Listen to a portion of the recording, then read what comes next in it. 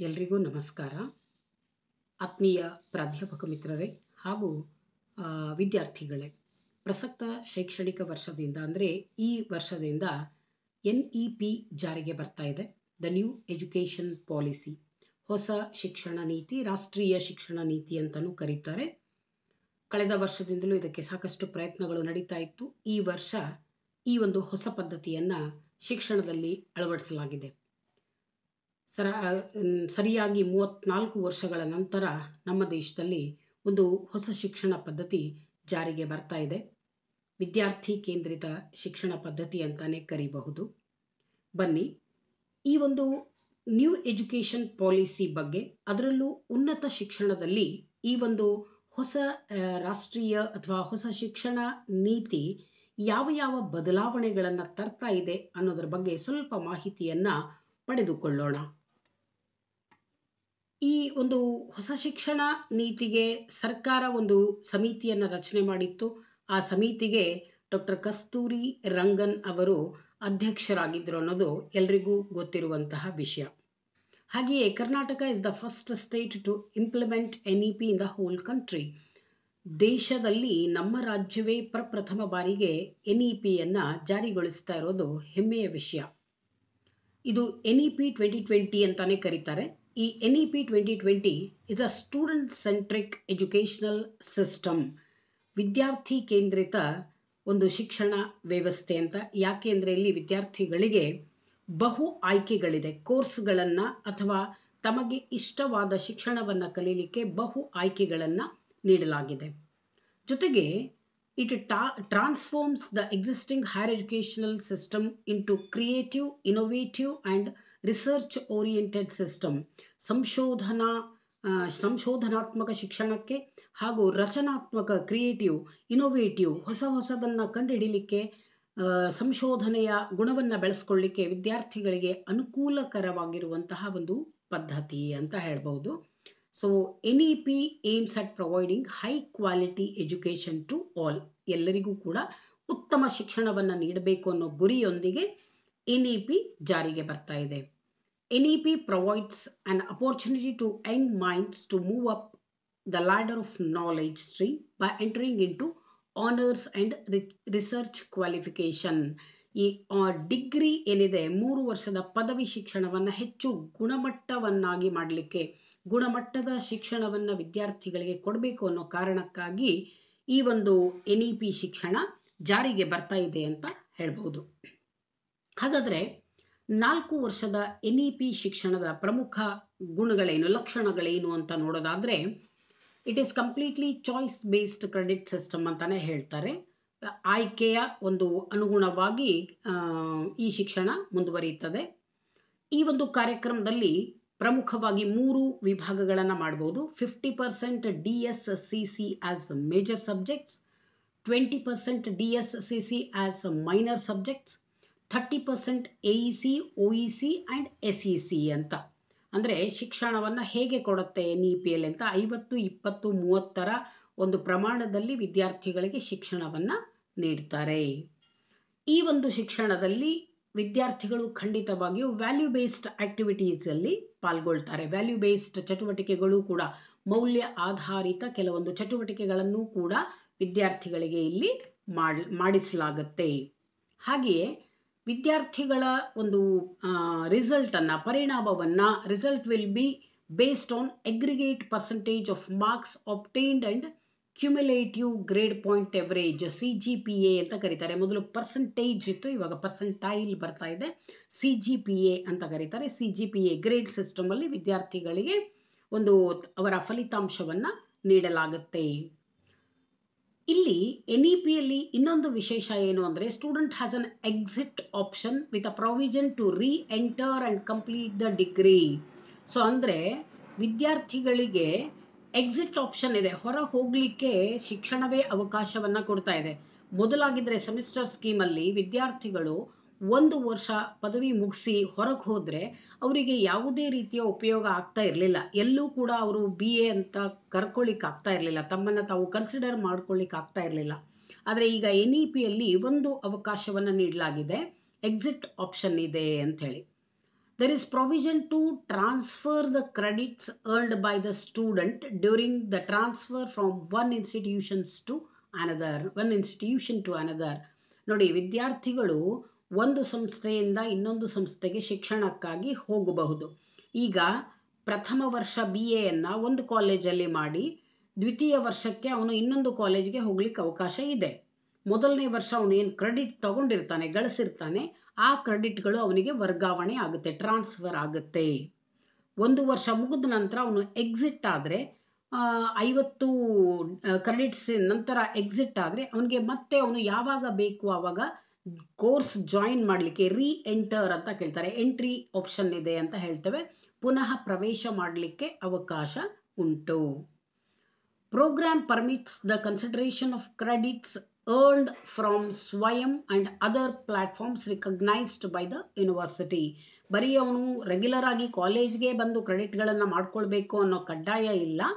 ಸ್ವಯಂ, ಮೂಕ್ ಮೊದಲಾದಂತಹ ಕೆಲವೊಂದು ವೇದಿಕೆಗಳ ಮೂಲಕ ಅವನು ಆನ್ಲೈನ್ ವೇದಿಕೆಗಳ ಮೂಲಕ ಕ್ರೆಡಿಟ್ಗಳನ್ನು ಗಳಿಸಿಕೊಂಡು ತನ್ನ ಕ್ರೆಡಿಟ್ಗಳಿಗೆ ಸೇರಿಸ್ಕೊಳ್ಬಹುದು. ಅಂದರೆ ಎಷ್ಟೊಂದು ಆಯ್ಕೆಗಳನ್ನು ಕೊಟ್ಟಿದ್ದಾರೆ ವಿದ್ಯಾರ್ಥಿಗಳಿಗೆ ಅಂತ.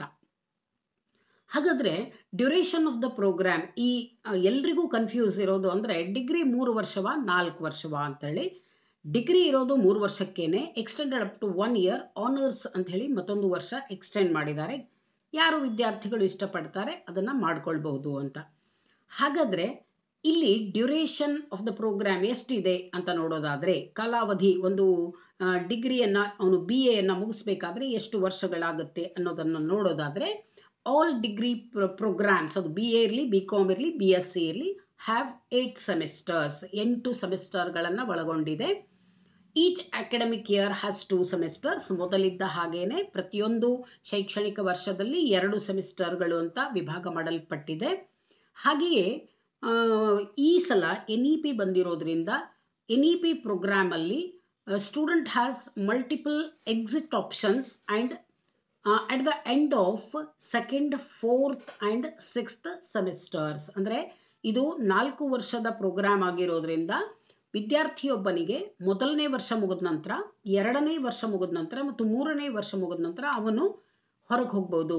ಎಕ್ಸಿಟ್ ಆಪ್ಷನ್ ಇದೆ.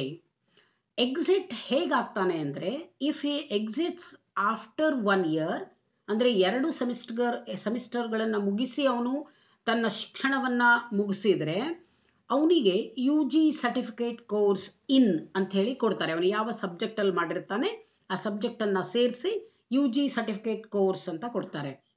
ಹಾಗೆಯೇ ಇನ್ನೆರಡು ಸೆಮಿಸ್ಟರ್ಗಳನ್ನು ಮಾಡಿ, ಅಂದರೆ 4 ಸೆಮಿಸ್ಟರ್ಗಳ ನಂತರ 2ನೇ ವರ್ಷದ ನಂತರ ಅವನು ಶಿಕ್ಷಣದಿಂದ ಹೊರಗೆ ಹೋದರೆ ಅವನಿಗೆ ಡಿಪ್ಲೊಮಾ ಅಂತ ಕೊಡ್ತಾರೆ. UG ಡಿಪ್ಲೊಮಾ ಇನ್ ಡ್ಯಾಶ್ ಅಂದರೆ ಇಲ್ಲಿ ಯಾವ ವಿಷಯವನ್ನು ಆಯ್ದುಕೊಂಡಿರ್ತಾನೆ ಆ ವಿಷಯದಲ್ಲಿ UG ಡಿಪ್ಲೊಮಾ ಅಂತ ಹೇಳಿ ಕೊಡ್ತಾರೆ.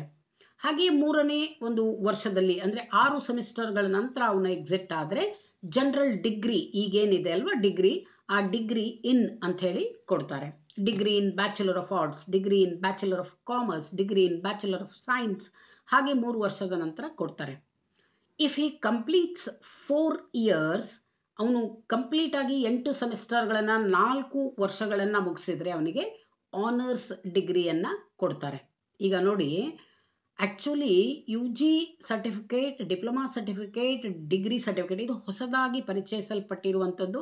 ಬಹಳ ಒಳ್ಳೆಯ ಅವಕಾಶ ವಿದ್ಯಾರ್ಥಿಗಳಿಗೆ. ಯಾಕೆ ಅಂದರೆ ಮೊದಲಾಗಿದ್ದರೆ 1 ವರ್ಷದ ನಂತರ ತುಂಬ ವಿದ್ಯಾರ್ಥಿಗಳು ಡ್ರಾಪ್ಔಟ್ ಆಗ್ತಾ ಇದ್ರು. ಆವಾಗ ಅವರಿಗೆ ಯಾವ ಸರ್ಟಿಫಿಕೇಟ್ಗಳು ಬರ್ತಾ ಇರಲಿಲ್ಲ. ಇವಾಗ 1 ವರ್ಷದ ಸರ್ಟಿಫಿಕೇಟ್ ಕೋರ್ಸ್ ಇಟ್ಕೊಂಡು ಕೂಡ ವಿದ್ಯಾರ್ಥಿಯೊಬ್ಬ ಉದ್ಯೋಗಕ್ಕೆ ಹೋಗಬಹುದು. 2 ವರ್ಷ ಮಾಡಿದರೆ ಅವನಿಗೆ ಡಿಪ್ಲೊಮಾ ಸರ್ಟಿಫಿಕೇಟ್ ಬರುತ್ತೆ, ಅಲ್ಲೂ ಕೂಡ ಅವನು ಉದ್ಯೋಗ ಅವಕಾಶಗಳು ಹೆಚ್ಚಾಗುತ್ತೆ. ಇದೊಂದು ಉತ್ತಮ ಅವಕಾಶ ಅಂತಲೇ ಹೇಳಬಹುದು. So the exit student may re-enter the program at the beginning of any academic year to complete the degree with the prevailing syllabi. ಅಂದರೆ ನೋಡಿ, ಎಕ್ಸಿಟ್ ಆಗಿರುವಂತಹ ವಿದ್ಯಾರ್ಥಿ ಈಗ 2 ಸೆಮಿಸ್ಟರ್ ಮುಗಿಸಿ ಅವನು ಹೊರಗಡೆ ಹೋಗ್ತಾನೆ, ಎಕ್ಸಿಟ್ ಆಗ್ತಾನೆ, ಯಾವುದೋ ಕಾರಣಕ್ಕೆ, ಆರ್ಥಿಕ ಕಾರಣ ಇರ್ಬೋದು ಅಥವಾ ವಿದ್ಯಾರ್ಥಿನಿಯರಾದರೆ ಮದುವೆ ಮಾಡ್ಕೊಂಡು ಹೋಗ್ಬೋದು. ಇದು ಮುಗಿದ ನಂತರ ಅವರಿಗೆ 1 ವರ್ಷ 2 ವರ್ಷ ಅವರಿಗೆ ಮುಂದುವರಿಸಲಿಕ್ಕೆ ಆಗ್ಲಿಕ್ಕಿಲ್ಲ ಶಿಕ್ಷಣವನ್ನು. ಆದರೆ ಅದರ ನಂತರ ಅನುಕೂಲತೆಯಾಗಿ ಅವರಿಗೆ ಶಿಕ್ಷಣ ಮುಂದುವರಿಸಬೇಕು ಅಂತ ಇಚ್ಛೆ ಆದರೆ ಖಂಡಿತವಾಗಿಯೂ ಅವರಿಗೆ ರೀ ಎಂಟ್ರಿ ಆಪ್ಷನ್ ಇದೆ. ಪುನಃ ಬಂದು 2ನೇ ವರ್ಷಕ್ಕೆ ಅಂದರೆ 3ನೆಯ ಸೆಮಿಸ್ಟರ್ಗೆ ರೀ ಎಂಟ್ರಿ, ಪುನಃ ಪ್ರವೇಶವನ್ನು ಪಡ್ಕೊಂಡು ಇರುವಂತಹ ಸಿಲೆಬಸ್ಸನ್ನು ಕಲಿಬೇಕಾಗತ್ತೆ. ಇದು ಒಂದು ಉತ್ತಮ ಅವಕಾಶ ವಿದ್ಯಾರ್ಥಿಗಳಿಗೆ ಅಂತಾನೆ ಹೇಳಬಹುದು. ಇನ್ನು ಇಲ್ಲಿ ನಾನು ತೋರಿಸ್ತಾ ಇರೋದು ನಿಮಗೆ ಕರ್ನಾಟಕ ವಿಶ್ವವಿದ್ಯಾಲಯದವರು BA ಪ್ರೋಗ್ರಾಮ್ ಸ್ಟ್ರಕ್ಚರ್. ಇದು BA ಪ್ರೋಗ್ರಾಮ್ ಸ್ಟ್ರಕ್ಚರ್ ಹ್ಯಾವಿಂಗ್ ನಾನ್ ಪ್ರಾಕ್ಟಿಕಲ್ ಕೋರ್ ಕೋರ್ಸಸ್. ಎಲ್ಲಿ ಪ್ರಾಯೋಗಿಕ ತರಗತಿಗಳಿರೋದಿಲ್ವೋ ಅಂತಹ BA ಕೋರ್ಸ್ನವರಿಗಾಗಿ ಇದೊಂದು ಪ್ರೋಗ್ರಾಮ್ ಸ್ಟ್ರಕ್ಚರ್ ಹಾಕಿದ್ದಾರೆ. ಅಂದರೆ BA ವಿದ್ಯಾರ್ಥಿಗಳು ಯಾವ ಯಾವ ವಿಷಯಗಳನ್ನು ಕಲಿಬೇಕು ಅನ್ನೋದು ಇದು ಸ್ವಲ್ಪ ಮಹತ್ವ ಅಂತಾನೆ ಇಟ್ಕೊಳ್ಳೋಣ. ಸಾಮಾನ್ಯವಾಗಿ BA ಓದುವಂತಹ ವಿದ್ಯಾರ್ಥಿಗಳು, ಸೋಷಿಯಲ್ ಸೈನ್ಸ್ ಓದುವಂತಹ ವಿದ್ಯಾರ್ಥಿಗಳು 2 DSCC ಪೇಪರ್ಗಳನ್ನು, ಒಟ್ಟು 4 DSCC ಪೇಪರ್ಗಳನ್ನು ಕಲಿಬೇಕಾಗತ್ತೆ.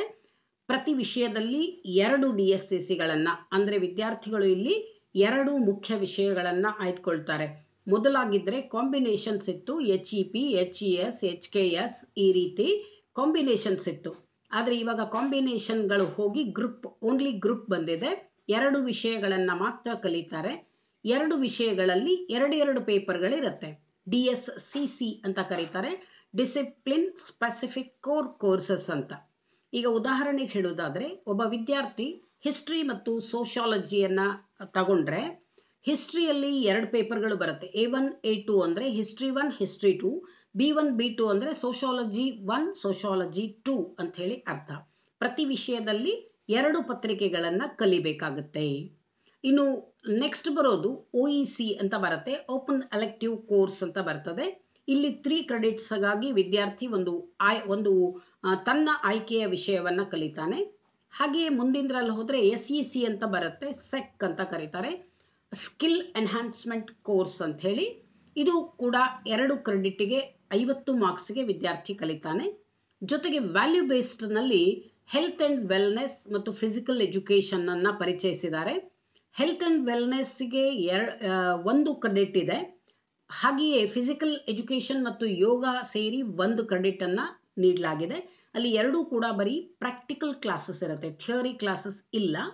Practical classes for one each credit, ಅಂದರೆ ಫಿಸಿಕಲ್ ಎಜುಕೇಷನಿಗೆ 1, ಹೆಲ್ತ್ ಆ್ಯಂಡ್ ವೆಲ್ನೆಸ್ಸಿಗೆ 1 ಕ್ರೆಡಿಟನ್ನು ನೀಡಲಾಗಿದೆ. ಹಾಗೆಯೇ ಇನ್ನು AECCಗೆ ಹೋದರೆ ಲ್ಯಾಂಗ್ವೇಜಸ್ ಕಲಿತಾನೆ, ಭಾಷೆಗಳನ್ನು. ಎಲ್ರಿಗೂ ಗೊತ್ತಿರೋ ಹಾಗೆ ಕನ್ನಡವನ್ನು ಕಡ್ಡಾಯ ಭಾಷೆಯಾಗಿ ಕಲಿತಾನೆ. 3 ಕ್ರೆಡಿಟಿಗೆ ಕನ್ನಡವನ್ನು ಕಲಿತಾನೆ. ಹಾಗೆಯೇ ಇಂಗ್ಲೀಷ್ ಇನ್ನೊಂದು ಭಾಷೆಯಾಗಿ ಇಂಗ್ಲೀಷ್ ಅಥವಾ ಇನ್ಯಾವುದಾದ್ರೂ ಲ್ಯಾಂಗ್ವೇಜನ್ನು ಕಲಿತಾನೆ. ಅಲ್ಲಿ 3 ಕ್ರೆಡಿಟಿಗಾಗಿ 2ನೆಯ ಭಾಷೆಯನ್ನು ಕಲಿತಾನೆ. ಸೊ ಮೊದಲನೇ ಸೆಮಿಸ್ಟರ್ 25 ಕ್ರೆಡಿಟ್ಟು, 2ನೆಯ ಸೆಮಿಸ್ಟರ್ 25 ಕ್ರೆಡಿಟ್ಗಳದು. ಒಟ್ಟು 50 ಕ್ರೆಡಿಟ್ಗಳನ್ನು ಅವನು 2 ಸೆಮಿಸ್ಟರ್ ಕೂಡಿ 1 ವರ್ಷಕ್ಕೆ ಕಲಿತಾನೆ. ಅಲ್ಲಿ ಫಸ್ಟ್ ಎಕ್ಸಿಟ್ ಆಪ್ಷನ್ ಕೊಟ್ಟಿರೋದು 50 ಕ್ರೆಡಿಟ್ಗಳಿಗೆ. ಎಕ್ಸಿಟ್ ಆಪ್ಷನ್ ವಿತ್ ಸರ್ಟಿಫಿಕೇಟ್ ಅಂತ, ಅಂದರೆ ಸರ್ಟಿಫಿಕೇಟ್ ಕೋರ್ಸ್ ಕಂಪ್ಲೀಟ್ ಮಾಡಿದ್ರೆ ಅವನಿಗೆ 50 ಕ್ರೆಡಿಟ್ಗಳು ಸಿಗುತ್ತೆ.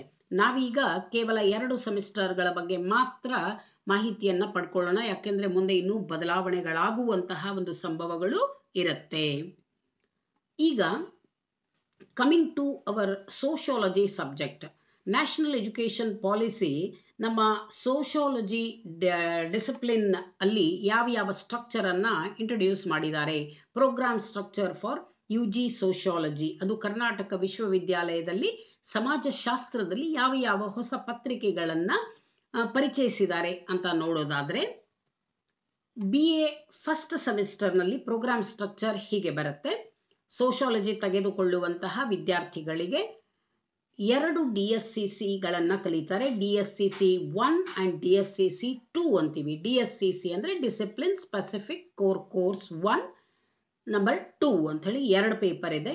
ಈ ಪ್ರಥಮ ಸೆಮಿಸ್ಟರ್ಗೆ 2 ಯಾವ್ಯಾವ್ದು ಬರುತ್ತೆ ಪೇಪರ್ಗಳು ಅಂದರೆ, ನಂಬರ್ 1 ಅಂಡರ್ಸ್ಟ್ಯಾಂಡಿಂಗ್ ಸೋಷಿಯಾಲಜಿ, ಸಮಾಜಶಾಸ್ತ್ರದ ಗ್ರಹಿಕೆ. Number 2 changing social institutions in India, ಭಾರತದಲ್ಲಿ ಬದಲಾಗುತ್ತಿರುವಂತಹ ಸಾಮಾಜಿಕ ಸಂಸ್ಥೆಗಳು ಅಂತ. 2 ಪೇಪರ್ಗಳು 3 ಕ್ರೆಡಿಟಿಗಿದೆ, ಅಂದರೆ 2 ಸೇರಿ 6 ಕ್ರೆಡಿಟನ್ನು ಬರ್ತದೆ. ನಮಗೆ 3 + 3 6 ತರಗತಿಗಳು, 6 ಗಂಟೆಗಳ ಒಂದು ಕಾರ್ಯಭಾರ ಇಲ್ಲಿ ಸಿಗುತ್ತೆ. ಇನ್ನು OECಯಲ್ಲಿ ನಾವು ಸೋಷಿಯಾಲಜಿ ಆಫ್ ಮಾಸ್ ಮೀಡಿಯಾ ಅನ್ನುವ ಒಂದು ಪತ್ರಿಕೆಯನ್ನ ಸಮಾಜಶಾಸ್ತ್ರ ವಿಭಾಗದವರು ಪರಿಚಯಿಸಿದ್ದಾರೆ. ಸಮೂಹ ಮಾಧ್ಯಮದ ಸಮಾಜಶಾಸ್ತ್ರ ಅಂತ ಹೇಳಿ. ಅಂದ್ರೆ ಇಲ್ಲಿ ಸಮೂಹ ಮಾಧ್ಯಮ ಮತ್ತು ಸಮಾಜದ ಕುರಿತು ನಾವು ಅಧ್ಯಯನವನ್ನ ಮಾಡಬೇಕಾಗುತ್ತೆ. ಇಲ್ಲಿ OEC ಯನ್ನ ಯಾರು ತಗೊಳ್ಬೇಕು ಅಂದ್ರೆ ಸಮಾಜಶಾಸ್ತ್ರವನ್ನ DSCCಯಲ್ಲಿ ಅಧ್ಯಯನ ಮಾಡದೇ ಇರುವ ವಿದ್ಯಾರ್ಥಿಗಳು OEC ಸಮಾಜಶಾಸ್ತ್ರವನ್ನ ಕಲಿಬಹುದು.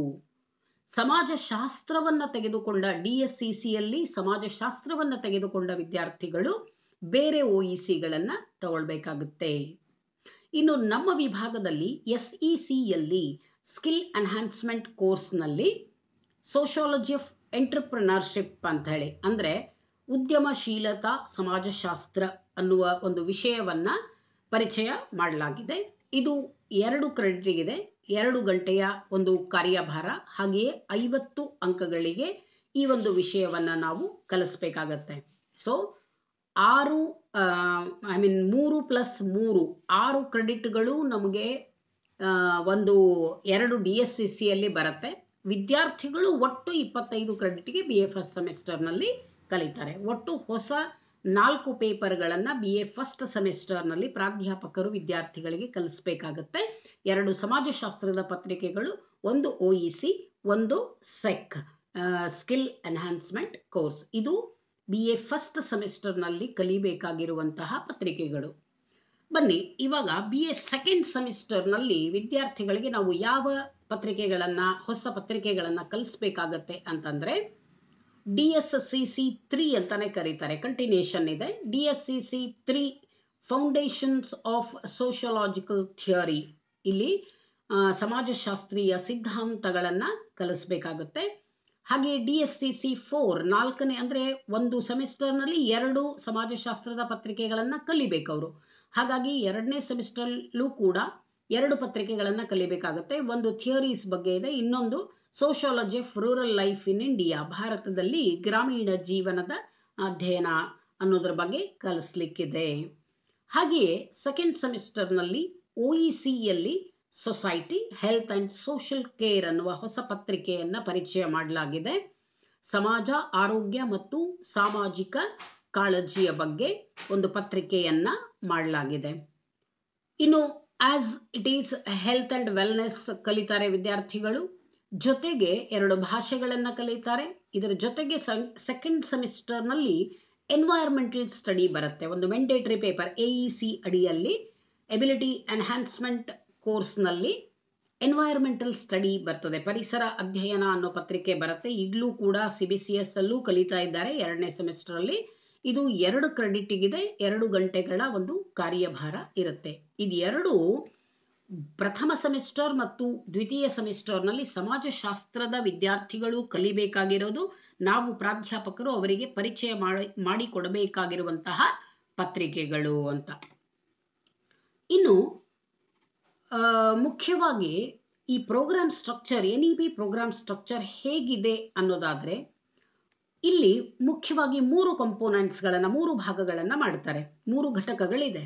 ಯಾವ್ಯಾವುದು 3 ಘಟಕಗಳು ಅಂತಂದ್ರೆ, ಮೊದಲನೇದು DSCC discipline specific core courses, 2ನೇದು EC ಅಂತಾರೆ ಎಲೆಕ್ಟಿವ್ ಕೋರ್ಸಸ್, 3ನೇದು ಎಬಿಲಿಟಿ ಎನ್ಹಾನ್ಸ್ಮೆಂಟ್ ಕೋರ್ಸಸ್ ಅಂತ AEC ಅಂತ ಮಾಡ್ತಾರೆ. ಕೋರ್ಸ್ ಹಿಯರ್ ಮೀನ್ಸ್ ಪೇಪರ್ ಅಂತ ಅರ್ಥ. ಪ್ರೋಗ್ರಾಮ್ ಅಂದ್ರೆ BA BCom BSc, ಕೋರ್ಸ್ ಅಂದ್ರೆ ಪತ್ರಿಕೆಗಳು, ಪೇಪರ್ ಅಂತ ಯಾವ ಪೇಪರ್ ಅನ್ನ ಕಲಿತಾರೆ ಅಂತ ಅರ್ಥ. ಸೊ 3 ಮುಖ್ಯ ಕಂಪೋನೆಂಟ್ಸ್ ಬರುತ್ತೆ NEPಯಲ್ಲಿ, DSCC, EC and AEC.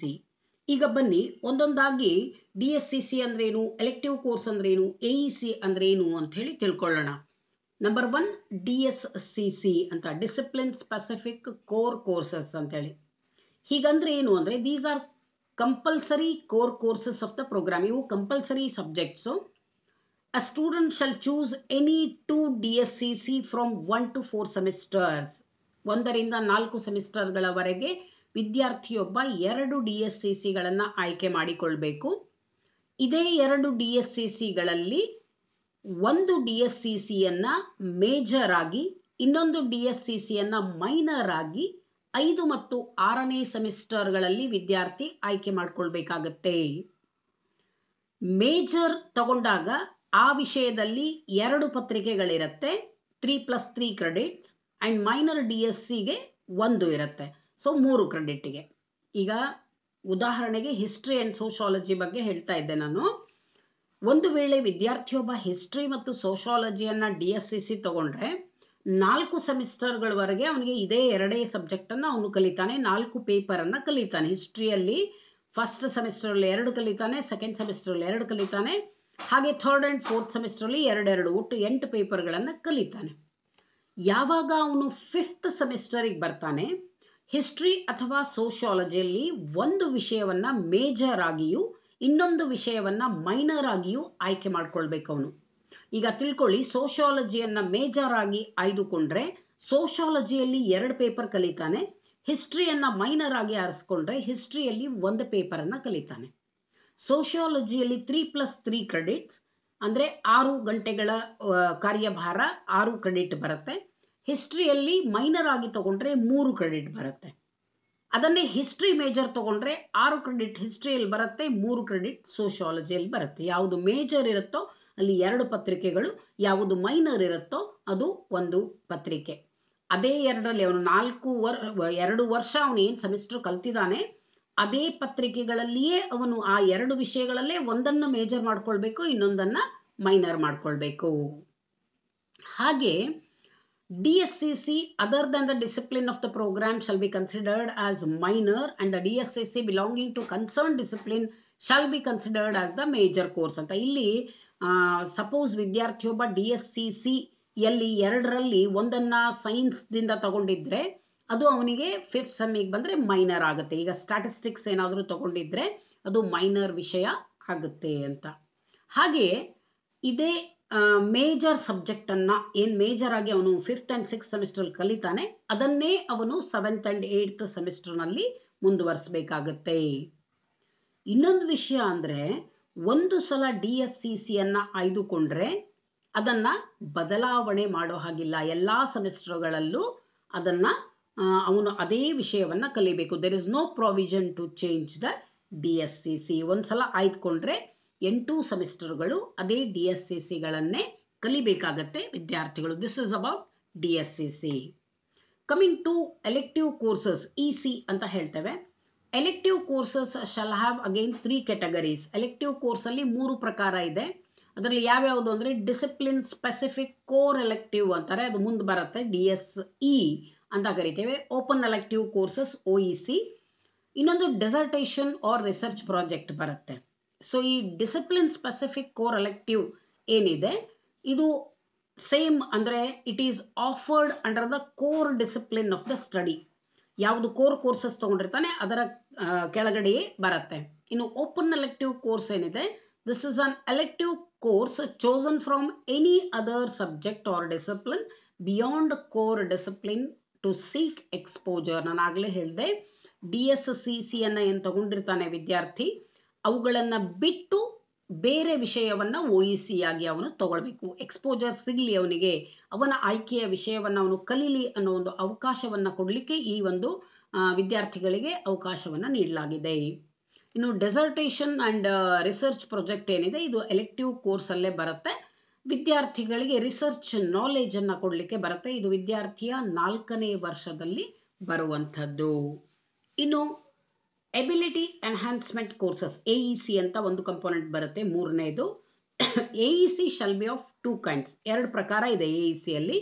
Ability enhancement compulsory courses AECC ಅಂತ ಕರೀತಾರೆ. ಇನ್ನೊಂದು ಸ್ಕಿಲ್ ಎನ್ಹಾನ್ಸ್ಮೆಂಟ್ ಕೋರ್ಸಸ್ SEC ಅಂತ ಬರುತ್ತೆ. ಎಬಿಲಿಟಿ ಎನ್ಹಾನ್ಸ್ಮೆಂಟ್ ಕಂಪಲ್ಸರಿ ಕೋರ್ಸಸ್ ಅಲ್ಲಿ ಎನ್ವೈರ್ಮೆಂಟಲ್ ಸ್ಟಡಿ 2ನೇ ಸೆಮಿಸ್ಟ್ರಿಗೆ ಬರುತ್ತೆ. ಹಾಗೆ ಇಂಡಿಯನ್ ಕಾನ್ಸ್ಟಿಟ್ಯೂಷನ್ ಬರುತ್ತೆ, IC ಬರ್ತದೆ. English and modern Indian languages MIL ಬರುತ್ತೆ. ಹಾಗೆ ಮಾಡರ್ನ್ ಯುರೋಪಿಯನ್ ಲ್ಯಾಂಗ್ವೇಜಸ್ MEL ಅಂದರೆ ಲ್ಯಾಂಗ್ವೇಜಸ್ಸು ಪ್ಲಸ್ ಮೆಂಡೇಟರಿ ಪೇಪರ್ ಅಂತ ಏನು ಹೇಳ್ತೀವಿ, ಇವು AECCಯಲ್ಲಿ ಬರುತ್ತೆ. Environmental study and Indian constitutions are mandatory papers. ಎಲ್ಲರೂ ಅವುಗಳನ್ನು ಕಂಪಲ್ಸರಿಯಾಗಿ ಕಲಿಬೇಕು. 2 ಕ್ರೆಡಿಟ್ಸಿಗೆ 50 ಮಾರ್ಕ್ಸಿಗೆ ಕಲಿಬೇಕು. ಕಂಪ್ಲೀಟ್ ಆಗಿ MCQ ಒಬ್ಜೆಕ್ಟಿವ್ ಪೇಪರ್ಸ್ ಇರುತ್ತೆ, ಮೊದಲಿತ್ತಲ್ಲ ಹಾಗೆ MCQ ಇರುತ್ತೆ. A student shall study Kannada as the first language and any one MIL bar MEL as a second language. ಇಲ್ಲಿ ಕರ್ನಾಟಕದಲ್ಲಿ ಕನ್ನಡ ಮಾತೃಭಾಷೆಯಾಗಿರೋದ್ರಿಂದ ಕನ್ನಡವನ್ನು ಕಡ್ಡಾಯವಾಗಿ ಇಟ್ಟಿದ್ದಾರೆ. ಎಲ್ಲ ವಿದ್ಯಾರ್ಥಿಗಳು ಪದವಿಯ ಹಂತದಲ್ಲಿ ಮೊದಲನೆಯ ಭಾಷೆಯಾಗಿ ಕನ್ನಡವನ್ನು ಕಡ್ಡಾಯವಾಗಿ ಕಲಿಬೇಕು. ಈಗ ಪ್ರಶ್ನೆ ಬರ್ಬೋದು, ನಾನ್ ಕನ್ನಡಿಗಾಸ್ ಹೇಗೆ ಮಾಡಬೇಕು ಅಂತ.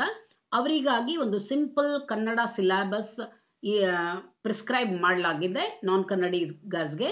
ಅವರು ಅದನ್ನು ಸಪೋಸ್ PUCಯಲ್ಲಿ ಕನ್ನಡ ಕಲಿಲಾರ್ದವರು ಆ ಒಂದು ಕನ್ನಡವನ್ನು ಕಲಿಬೇಕಾಗುತ್ತೆ. ಇಲ್ಲಿ MIL ಮತ್ತು MEL ಬಗ್ಗೆ AECCಯಲ್ಲಿ ಬರುತ್ತೆ. Ability enhancement compulsory courses. Kannada ಮೊದಲ ಭಾಷೆಯಾಗಿ ಕಡ್ಡಾಯವಾಗಿ ಕಲಿಬೇಕು. ಎರಡನೆಯ ಭಾಷೆಯಾಗಿ ಇಂಗ್ಲಿಷ್ ಅಥವಾ ಇನ್ಯಾವುದೇ MEL ಭಾಷೆಯನ್ನು ಕಲಿಬಹುದು ಅಂತ. ಇನ್ನು ಎರಡನೇ ಕಾಂಪೋನೆಂಟಲ್ಲಿ AECಯಲ್ಲಿ ಎರಡನೇ ಕಾಂಪೋನೆಂಟು SEC ಅಂತ ಬರುತ್ತೆ. ಸೆಕ್ ಅಂತಾರೆ, ಸ್ಕಿಲ್ ಎನ್ಹಾನ್ಸ್ಮೆಂಟ್ ಕೋರ್ಸಸ್ ಅಂತ. ವಿದ್ಯಾರ್ಥಿಗಳಲ್ಲಿ ಕೌಶಲ್ಯ ಅಭಿವೃದ್ಧಿ ಮಾಡಲಿಕ್ಕಾಗಿಯೇ ಕೆಲವೊಂದು ಕೋರ್ಸ್ಗಳನ್ನು ಈ ಸಲ ಇಂಟ್ರಡ್ಯೂಸ್ ಮಾಡಿದ್ದಾರೆ. ಸೊ ಇಲ್ಲಿ ಹೇಗಿದೆ ಅಂತಂದರೆ, these courses shall be chosen from a pool of subjects design to provide value based and skill knowledge and should contain a lab or hand on training, field work etcetera. ಅಂದರೆ ವಿದ್ಯಾರ್ಥಿಗಳಲ್ಲಿ ಸ್ಕಿಲ್ಲನ್ನು ಬೆಳೆಸಲಿಕ್ಕೆ, ಕೌಶಲ್ಯವನ್ನು ಬೆಳೆಸಲಿಕ್ಕೆ ಕೆಲವೊಂದು ಪ್ರೋಗ್ರಾಮ್ಗಳನ್ನು ಹಾಕೊಳ್ಬೋದು ಅಂತ. ಈಗಾಗಲೇ ಗೊತ್ತಿರೋ ಹಾಗೆ ಎಲ್ಲ ಸೋಷಲ್ ಸೈನ್ಸ್ಗಳಲ್ಲಿ ಆಯಾ ವಿಷಯದ ಸೆಕ್ ಪೇಪರ್ಗಳನ್ನು, SEC ಪೇಪರ್ಗಳನ್ನು ನಾವು ಇಂಟ್ರಡ್ಯೂಸ್ ಮಾಡಿದ್ದೇವೆ. ವಿದ್ಯಾರ್ಥಿಗಳು ಸೆಕ್ ಪೇಪರ್ಗಳನ್ನು ಕಲಿತಾರೆ. ಇಲ್ಲಿ DSCCಯಲ್ಲಿ ಯಾವ ವಿಷಯಗಳನ್ನು ತಗೊಂಡಿರ್ತಾರೆ ವಿದ್ಯಾರ್ಥಿಗಳು, ಅದೇ ವಿಷಯದ ಸೆಕ್ಗಳನ್ನು ಆಯ್ದುಕೊಳ್ಬೇಕಾಗತ್ತೆ. ಒಂದು ಕ್ಲಿಯರ್ ಮಾಡ್ಕೊಳ್ಳಿ, DSCCಯಲ್ಲಿ ಇವಾಗ ಉದಾಹರಣೆಗೆ ಹಿಸ್ಟ್ರಿ ಆ್ಯಂಡ್ ಸೋಷಿಯಾಲಜಿಯನ್ನು ತಗೊಂಡಿದ್ರೆ ವಿದ್ಯಾರ್ಥಿ ಹಿಸ್ಟರಿಯಲ್ಲಿ ಇಂಟ್ರಡ್ಯೂಸ್ ಮಾಡಿರುವಂತಹ ಸೆಕ್ ಪೇಪರನ್ನು ಅಥವಾ ಸೋಷಿಯಾಲಜಿಯಲ್ಲಿ ಪರಿಚಯಿಸಿದಂತಹ ಸೆಕ್ ಪೇಪರನ್ನೇ ಕಲಿಬೇಕಾಗುತ್ತೆ. ಎರಡರಲ್ಲಿ ಒಂದು ಪೇಪರನ್ನು ಅವನು ಆಯ್ದುಕೊಳ್ಬೇಕಾಗತ್ತೆ. Coming to credit system of the programme. ನಾನು ಆಗಲೇ ಹೇಳಿದೆ ಪರ್ಸೆಂಟೇಜ್ ಪದ್ಧತಿ ಹೋಯಿತು, ಕ್ರೆಡಿಟ್ ಸಿಸ್ಟಮ್ ಬಂದಿದೆ ಇವಾಗ. ಸೊ ಹಾಗಾದರೆ ಕ್ರೆಡಿಟ್ ಸಿಸ್ಟಮನ್ನು ನೋಡೋದಾದರೆ, each program shall have 188 credits. ಅಂದರೆ ಈ ಅಂಡರ್ ಗ್ರ್ಯಾಜುಯೇಟ್ ಪ್ರೋಗ್ರಾಮ್ ಏನಿದೆ, ಕಂಪ್ಲೀಟ್ BA BCom BScಗಳು 188 ಕ್ರೆಡಿಟ್ ಇದೆ. Credit here means unit by which course is measured. ಸೊ ಇಲ್ಲಿ ವಿತ್ ಇದು ಹೆಂಗಿದೆ ಅಂದರೆ 1 hour lecture equal to 1 credit ಅಂತ ಹೇಳ್ತಾರೆ ಅವರು. ಹಾಗೆಯೇ 1 hour tutorial session per week is equal to 1 credit and that of 2 hour practical is equal to 1 credit ಅಂತ. ಪ್ರಾಕ್ಟಿಕಲ್ಗೆ ಮಾತ್ರ 2 ಗಂಟೆಯ ಪ್ರಾಕ್ಟಿಕಲ್ಗೆ 1 ಕ್ರೆಡಿಟ್ ಇದೆ, ಥಿಯರಿಗೆ 1 ಅವರಿಗೆ 1 ಕ್ರೆಡಿಟನ್ನು ನೀಡಲಾಗಿದೆ. ಹಾಗೆಯೇ course with 3 to 6 credit shall be evaluated for 100 marks ಅಂತ. ಅಂದರೆ 3 ಮತ್ತು ಅದಕ್ಕಿಂತ ಹೆಚ್ಚು ಕ್ರೆಡಿಟ್ ಪೇಪರ್ಗಳನ್ನು ನೀವು ಕಲಿತ್ರೆ 100 ಮಾರ್ಕ್ಸ್ಗೆ, 100 ಅಂಕಗಳಿಗೆ ಪತ್ರಿಕೆಯನ್ನು ಬರೀಬೇಕಾಗುತ್ತೆ. ಹಾಗೆ ಲೆಸ್ ದೆನ್ 3 ಕ್ರೆಡಿಟ್ಸ್ ಇದ್ದರೆ ಅಲ್ಲಿ including practical shall be evaluated for 50 marks. Less than 2 credits ಇದ್ದರೆ 50 ಅಂಕಗಳ ಪತ್ರಿಕೆಯನ್ನು ವಿದ್ಯಾರ್ಥಿಗಳು ಬರೀಬೇಕಾಗತ್ತೆ.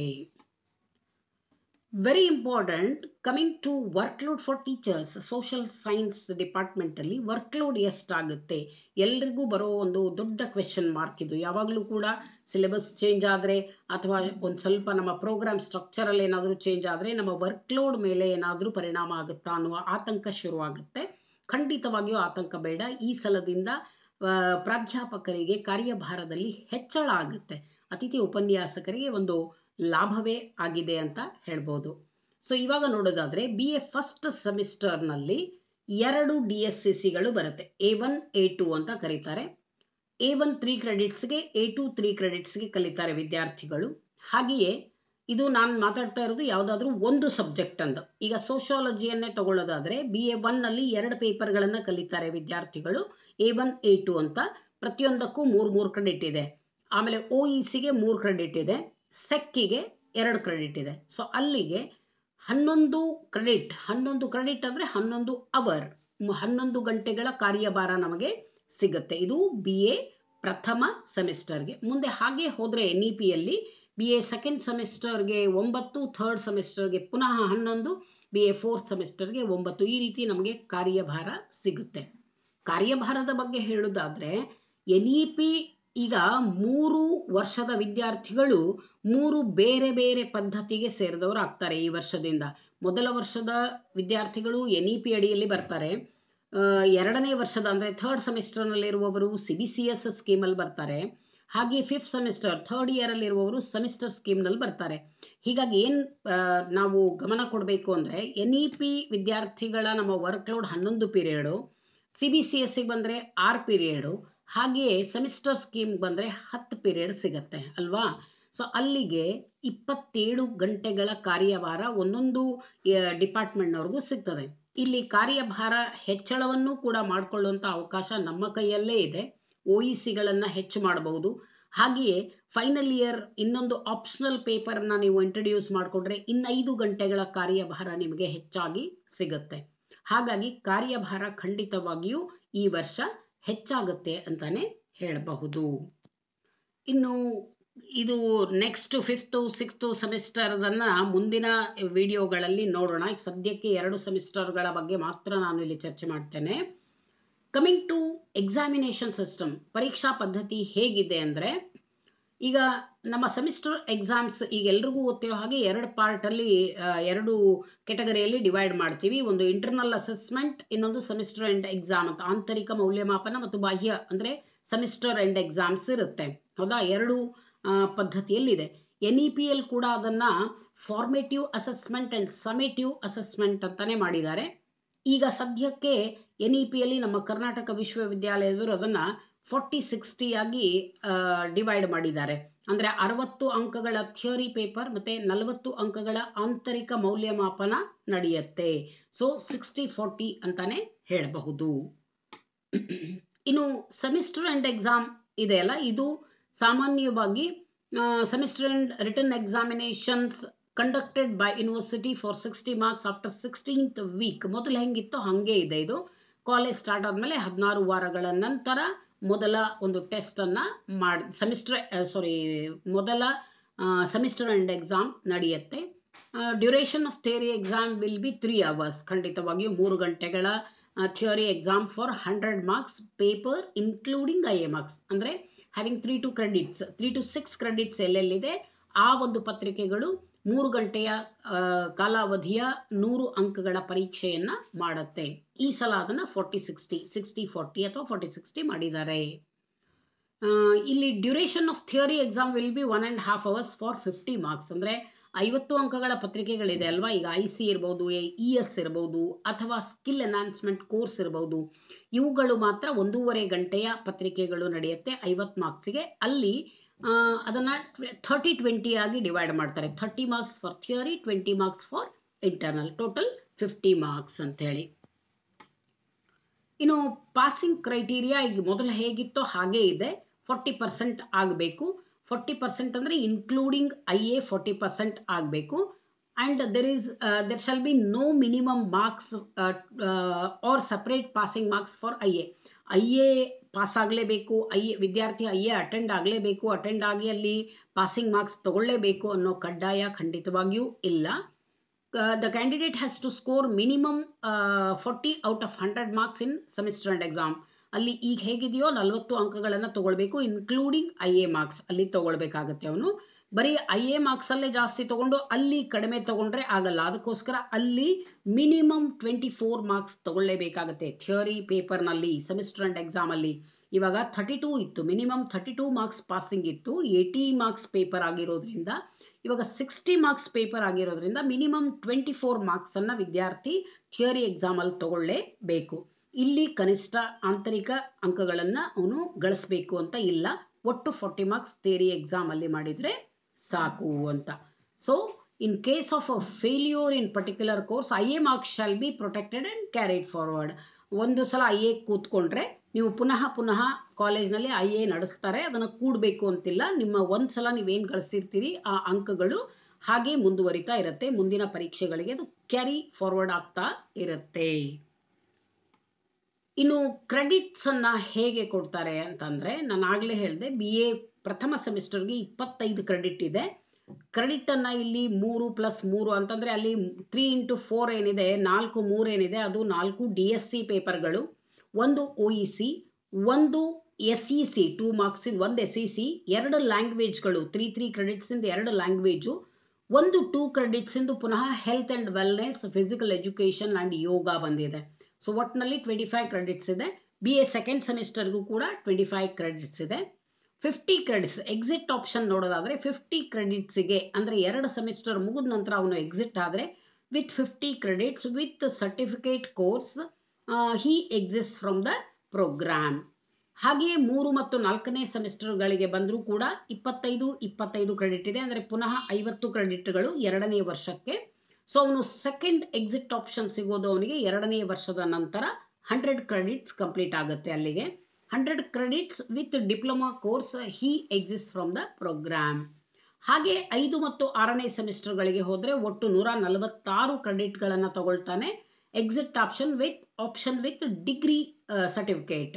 ಅಂಡ್ ಲಾಸ್ಟ್ಲಿ ಪ್ರೋಗ್ರಾಮ್ ಕೊನೆ ಆಗೋದು 188 ಕ್ರೆಡಿಟ್ಸ್ ವಿತ್ ಆನರ್ಸ್ ಡಿಗ್ರಿ. ಇದು ಕ್ರೆಡಿಟ್ಸ್ ಅನ್ನ ಹೇಗೆ ಕೊಡ್ತಾರೆ, ಪ್ರತಿ ವರ್ಷ ಕ್ರೆಡಿಟ್ ಅನ್ನ ವಿದ್ಯಾರ್ಥಿಗಳಿಗೆ ಎಷ್ಟೆಷ್ಟು ಕೊಡ್ತಾರೆ ಅನ್ನೋದ್ರ ಬಗ್ಗೆ. ಇನ್ನು ಪರ್ಸೆಂಟೇಜ್ ಅಂಡ್ ಗ್ರೇಡಿಂಗ್ ಬಗ್ಗೆ ನೋಡೋದಾದ್ರೆ, ಇವಾಗ ಗ್ರೇಡಿಂಗ್ ಸಿಸ್ಟಮ್ ಇದೆ, CGPA ಇದೆ ಅಂತ ಹೇಳಿದೆ ನಾನು, ಪರ್ಸೆಂಟೈಲ್ ಅಂತಾನು ಕರೀತಾರೆ. ಮೊದಲಿಂದು ಲೆಫ್ಟ್ ಸೈಡ್ ಇರೋದು ಪರ್ಸೆಂಟೇಜ್ ಎಷ್ಟು ಆದರೆ ಎಷ್ಟು ಗ್ರೇಡ್ ಸಿಗತ್ತೆ ಅನ್ನೋದ್ರ ಬಗ್ಗೆ. ಮಿನಿಮಮ್ 4 ನಿಂದ ಹಿಡಿದು ಮ್ಯಾಕ್ಸಿಮಮ್ 10 ವರೆಗೂ ಗ್ರೇಡ್ ಅನ್ನ ಔಟ್ ಗ್ರೇಡ್ ಅನ್ನ ಕೊಡ್ತಾರೆ. ಈಗ 96 to 100 ಸ್ಕೋರ್ ಮಾಡಿದ್ರೆ 10 out of 10 ಗ್ರೇಡ್ ಸಿಗುತ್ತೆ. 91 to 95 ಮಾಡಿದ್ರೆ 9.5 ಗ್ರೇಡ್ ಸಿಗುತ್ತೆ. ಹಾಗೆಯೇ ಮಿನಿಮಮ್ 40% ಸ್ಕೋರ್ ಮಾಡಿದರೆ 4 CGPA ಸಿಗುತ್ತೆ. ಇದು ಪರ್ಸೆಂಟೇಜ್ ಮತ್ತು ಗ್ರೇಡಿಂಗ್ ಬಗ್ಗೆ. Grade point of less than 4 shall be considered as fail. ಇಲ್ಲಿ ನಾನು 40 ಅಂಕಗಳಿಂದ ಶುರು ಮಾಡಿದ್ದೇನೆ ಪರ್ಸೆಂಟೇಜ್. ಯಾಕೆ ಅಂದರೆ 40% is the passing percentage for semester and examination. Less than 40 means it is failure only. So ಒಂದು ವೇಳೆ GP ಗ್ರೇಡ್ ಪರ್ಸೆಂಟೇಜ್ ಏನಿದೆ ಅವನು 0 and for absent candidate it is considered also 0. Absent ಇದ್ರೂ 0 ಆಗುತ್ತೆ. ಅವನು ಏನು ತಗೊಳ್ಳಿಲ್ಲ ಅಂಕಗಳನ್ನ ಅಂದರೆ 0 ಕನ್ಸಿಡರ್ ಆಗುತ್ತೆ. ಇದು ಪರ್ಸೆಂಟೇಜ್ ಅಂಡ್ ಗ್ರೇಡಿಂಗ್ ಸಿಸ್ಟಮ್ ಬಗ್ಗೆ. ಇನ್ನು CGPA ಅಂಡ್ ಗ್ರೇಡ್ ಲೆಟರ್. ಅವನು ಒಂದ್ಸಲ ಗ್ರೇಡ್ ತಗೊಂಡ್ರೆ ಅವನಿಗೆ ಗ್ರೇಡ್ ಲೆಟರ್ ಕೊಡ್ತಾರೆ. ಗ್ರೇಡ್ ಲೆಟರ್ ಅಂದರೆ ಇಲ್ಲಿ A++, A+, B, A++, A+A, B+B, C and D ಈ ರೀತಿ ಕೆಟಗರೈಸ್ ಮಾಡಿದ್ದಾರೆ. 7 ಕೆಟಗರಿಯನ್ನು ಮಾಡಿದ್ದಾರೆ. ಯಾವಾಗ ವಿದ್ಯಾರ್ಥಿಗೆ A++ ಸಿಗುತ್ತೆ ಅಂದರೆ 9.5 to 10 ಮಾರ್ಕ್ಸ್ 10% ತಗೊಂಡ್ರೆ ಅವನಿಗೆ CGPA ತಗೊಂಡ್ರೆ A++ ಸಿಗುತ್ತೆ. ಹಾಗೆಯೇ 7 to 9.5 ತಗೊಂಡ್ರೆ A+ ಸಿಗುತ್ತೆ. ಹಾಗೆಯೇ ಅವನು A, B+, B, C ಮತ್ತು ಲೆಸ್ ದ್ಯಾನ್ 4 ತಗೊಂಡ್ರೆ D ಅಂದರೆ ಫೇಲ್, ಅಂದರೆ he has to reappear for the examination ಅಂತ ಅರ್ಥ. ಪುನಃ ಪರೀಕ್ಷೆಗೆ ಅವನು ಕೂತ್ಕೋಬೇಕು, ಫೇಲ್ ಆಗಿದ್ದಾನೆ ಅಂತ ಅರ್ಥ. D ಗ್ರೇಡ್ ಬಂದರೆ ಫೇಲ್ ಅಂತ ಅರ್ಥ. C ಅಂದರೆ ಜಸ್ಟ್ ಪಾಸ್ ಕ್ಲಾಸ್ ಅಂತ ಅರ್ಥ. B ಮತ್ತು B+ ಎರಡೂ ಕೂಡ ಸೆಕೆಂಡ್ ಕ್ಲಾಸಲ್ಲಿ ಬರುತ್ತೆ, ಗ್ರೇಡ್ ವೇರಿಯೇಷನ್ ಆಗುತ್ತೆ ಅಲ್ಲಿ. ಹಾಗೆಯೇ A ಅಂದರೆ ಫಸ್ಟ್ ಕ್ಲಾಸು, A+ ಅಂದರೆ ಡಿಸ್ಟಿಂಕ್ಷನ್ನು, A++ ಅಂದರೆ ಔಟ್ಸ್ಟ್ಯಾಂಡಿಂಗ್ ಅಂತ ಹೇಳಿ ಅರ್ಥ. ಇದು ಗ್ರೇಡ್ ಮತ್ತು CGPA ಬಗ್ಗೆ ಕುರಿತು. ಸೊ ಇಷ್ಟೊತ್ತು ನನ್ನ ಒಂದು ಮಾಹಿತಿಯನ್ನು ಕೇಳಿದ್ದಕ್ಕಾಗಿ, NEP ಬಗ್ಗೆ ನನಗೆಷ್ಟು ಮಾಹಿತಿ ಗೊತ್ತಿದೆಯೋ ಅಷ್ಟನ್ನು ತಮ್ಮ ಜೊತೆ ಹಂಚಿಕೊಳ್ಳಿಕ್ಕೆ ಒಂದು ಅವಕಾಶ ಸಿಕ್ಕಿದ್ದಕ್ಕಾಗಿ ಎಲ್ರಿಗೂ ಕೂಡ ಧನ್ಯವಾದಗಳು. ನನ್ನ ಒಂದು for more interesting video subscribe to my channel Social Waves. Thank you everyone.